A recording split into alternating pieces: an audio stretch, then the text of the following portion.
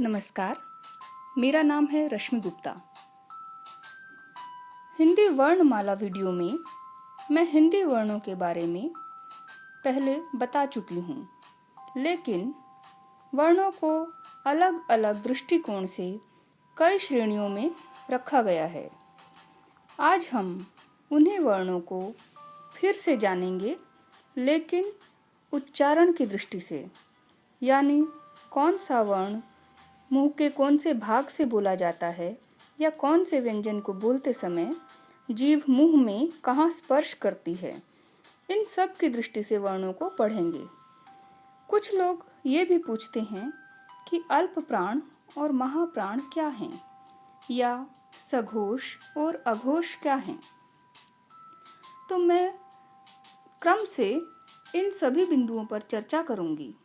हो सकता है वीडियो थोड़ा लंबा हो जाए, तो मैं कोशिश करूंगी 2 या 3 पार्ट्स में इस पूरे विषय को कवर करूं।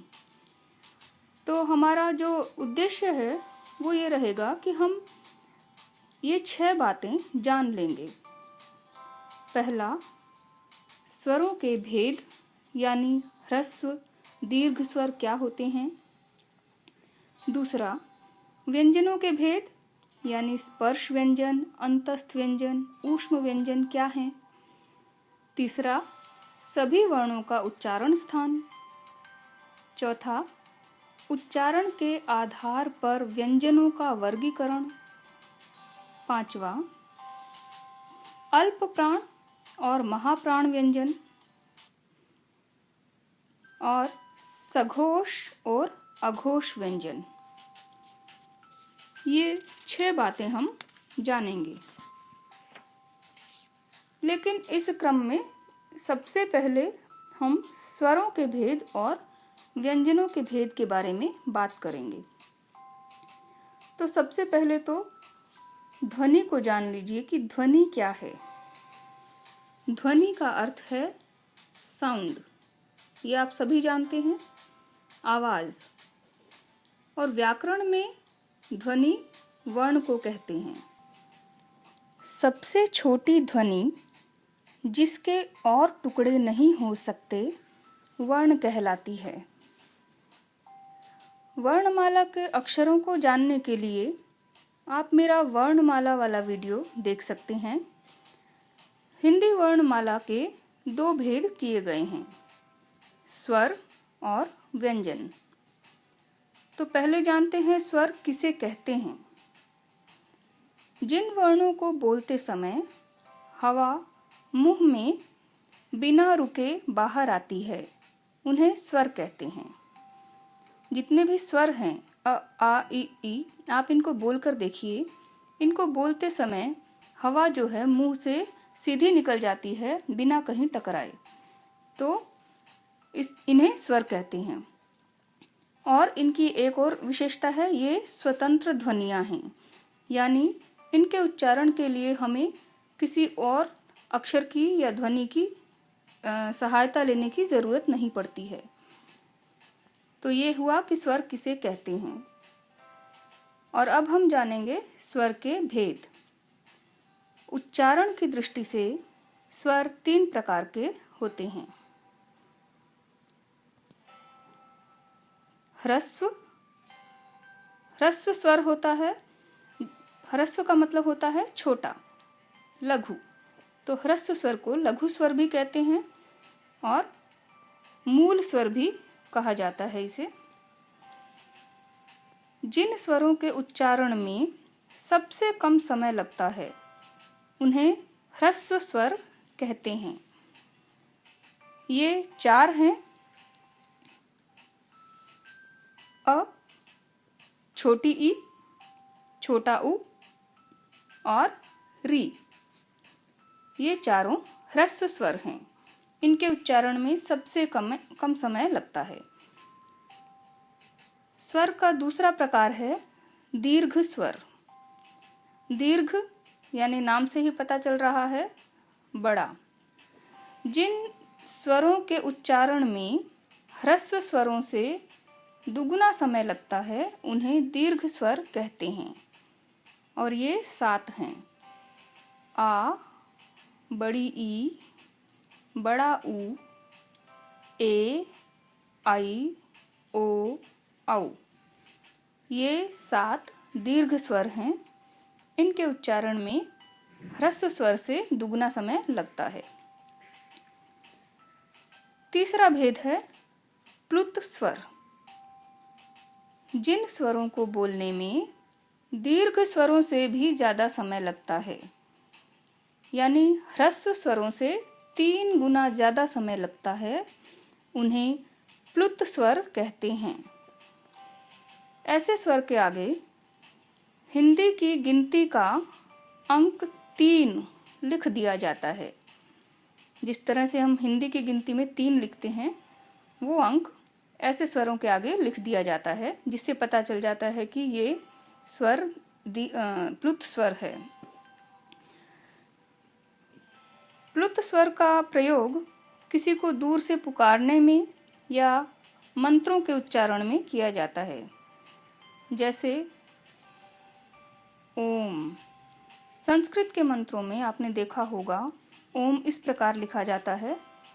ओ के बाद ये 3 का अंक लिखा जाता है और फिर म हलंत लगाकर लिखा जाता है। इसका मतलब है कि ओ को हमें लंबा पढ़ना है और यहाँ पर ओ को थोड़ा लंबा खींचकर बोलना है। इसी प्रकार पुकारने में भी, जैसे भैया, तो पुकारने में पीछे 3 का अंक लगा दिया गया है, जिससे पता चलता है कि ये स्वर प्लुत है। प्रैक्टिकली अगर आप ह्रस्व, दीर्घ और प्लुत स्वर का अंतर समझना चाहते हैं तो ये जान लीजिए कि ह्रस्व स्वर में एक चुटकी बजाने जितना समय लगता है। चुटकी आप समझते ही होंगे, स्नैपिंग फिंगर। दीर्घ स्वर के उच्चारण में 2 चुटकी बजाने का समय लगता है और प्लुत स्वर के उच्चारण में 3 चुटकी जितना समय लगता है। तो ये तो हुए स्वर के भेद, ह्रस्व, दीर्घ और प्लुत। इसके अलावा कभी कभी प्रतियोगी परीक्षाओं में आप ये शब्द भी देखते होंगे, संयुक्त स्वर। तो संयुक्त स्वर क्या है? ये स्वर के भेद में नहीं आता है, लेकिन ये जानकारी भी हमें होनी चाहिए कि संयुक्त स्वर किसे कहते हैं। तो जो ए और ऐ है और ओ और औ है, ये 4 संयुक्त स्वर हैं, क्योंकि ये असल में 2 स्वरों को मिलाकर बने हैं। जैसे ए में अ में छोटा ई मिलाकर ए बना है, और ऐ में अ में बड़ा ई मिलाकर ऐ बना है, और ओ में अ में छोटा ऊ मिलाकर ओ बना है, और औ के लिए अ में बड़ा ऊ मिलाकर औ बना है। इसीलिए इनको संयुक्त स्वर कहते हैं, क्योंकि ये 2 स्वरों के मिलने से बने हैं। आइए अब जानते हैं व्यंजनों के भेद के बारे में। तो पहले ये जान लेते हैं व्यंजन किसे कहते हैं। जिन वर्णों को बोलते समय हवा कंठ से निकलकर फिर मुंह में रुककर बाहर आती है, उन्हें व्यंजन कहते हैं। व्यंजनों का उच्चारण करने के लिए स्वरों की सहायता लेनी पड़ती है। व्यंजन के 3 प्रकार हैं, स्पर्श व्यंजन, अंतस्थ व्यंजन और ऊष्म व्यंजन। स्पर्श व्यंजन। वर्णमाला में क से म तक के सारे व्यंजन स्पर्श व्यंजन कहलाते हैं, और उनके अतिरिक्त अड़ और अढ़ भी स्पर्श व्यंजन हैं। इसके नाम से ही स्पष्ट है, देखिए कि इसे स्पर्श व्यंजन क्यों कहते हैं। स्पर्श यानी छूना, टच करना। तो जिन व्यंजनों का उच्चारण करते समय हवा मुंह में विभिन्न उच्चारण स्थानों का स्पर्श करती है, यानी कंठ, तालु, जीभ आदि, तो इसीलिए उन व्यंजनों को स्पर्श व्यंजन कहते हैं। तो आप ये ध्यान रखिए कि सारे वर्ग वाले व्यंजन यानी क वर्ग, च वर्ग, प वर्ग, ट वर्ग, ये सारे वर्ग वाले व्यंजन क से म तक प्लस अड़ और अढ़, ये 2 व्यंजन, ये सभी स्पर्श व्यंजन कहलाते हैं। अंतस्थ व्यंजन, वर्णमाला में भी आपने पढ़ा होगा य, र, ल, व, ये 4 अंतस्थ व्यंजन हैं। इन्हें अंतस्थ व्यंजन क्यों कहते हैं?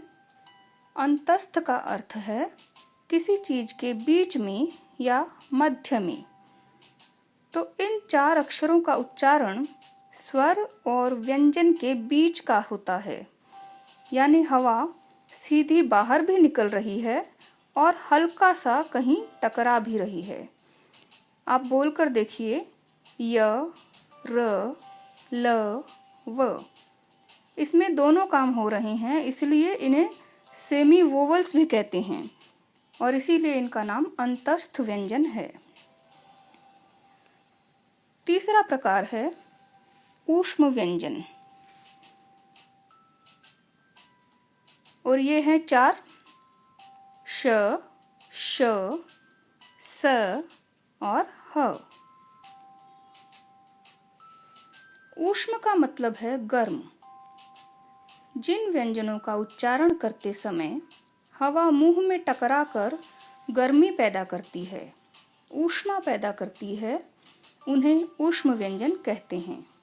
आप बोलकर देखिए श, श, स और ह, इन सब में हवा जो है मुंह में गर्मी पैदा कर रही है।